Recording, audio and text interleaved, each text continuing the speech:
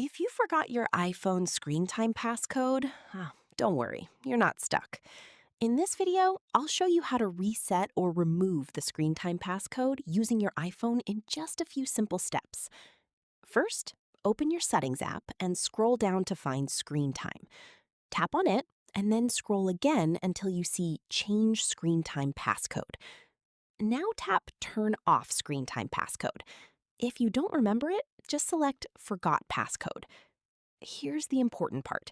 Enter your Apple ID and password that you used when setting up screen time. After that, tap OK, and your screen time passcode will be removed.